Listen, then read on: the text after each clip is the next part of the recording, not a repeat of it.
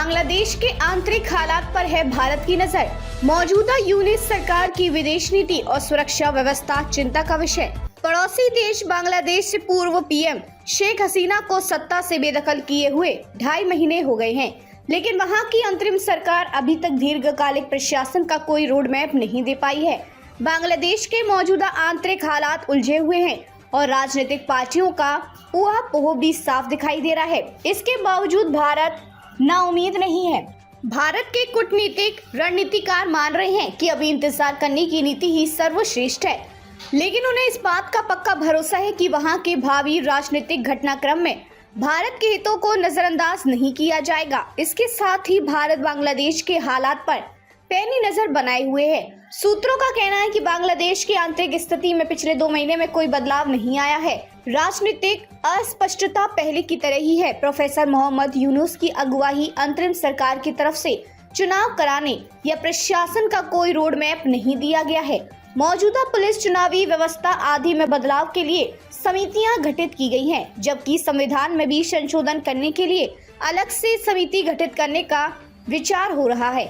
बांग्लादेश की केंद्र सरकार का सारा काम अस्थायी तौर पर हो रहा है। सरकार की आर्थिक नीति, विदेश नीति या सुरक्षा व्यवस्था को लेकर नीति सामने नहीं आ पाई है।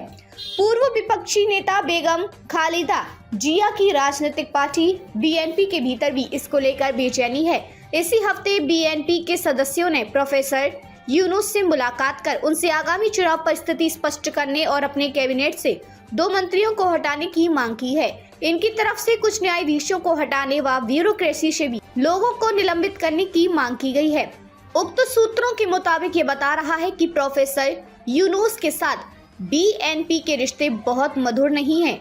दूसरी तरफ पूर्व पीएम हसीना को सत्ता से बाहर करने में अहम भूमिका निभाने वाले अंतरिम सरकार पर दबाव बनाने का दबाव है। ये बताया जा रहा है कि जमात के लोग अंतरिम सरकार की जगह जल्द से जल्द निर्वाचित सरकार के गठन के पक्ष में हैं। पिछले दिनों अंतरिम सरकार के साथ बैठक में बीएनपी और जमात दोनों की तरफ से जल्द चुनाव कराने की मांग रखी गई है, जबकि अंतरिम सरकार का तर्क है कि जब तक हर स्तर पर सुधार का एजेंडा लागू नहीं किया जाता, तब तक चुनाव प्रक्रिया को आगे बढ़ाने का कोई मतलब नहीं है।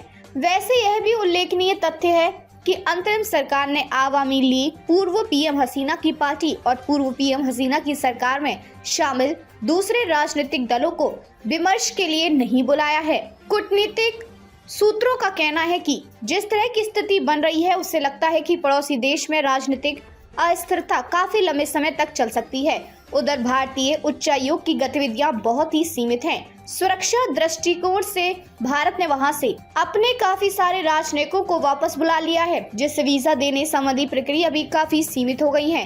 मांग के मुताबिक बीमार व्यक्तियों को भी समय पर वीजा देने में समस्या आ रही है। जब तक अंतरिम सरकार सुरक्षा प्रबंध को चाक चौबंद नहीं करेगी, भारत के लिए सामान्य वीजा सेवा देना मुश्किल है।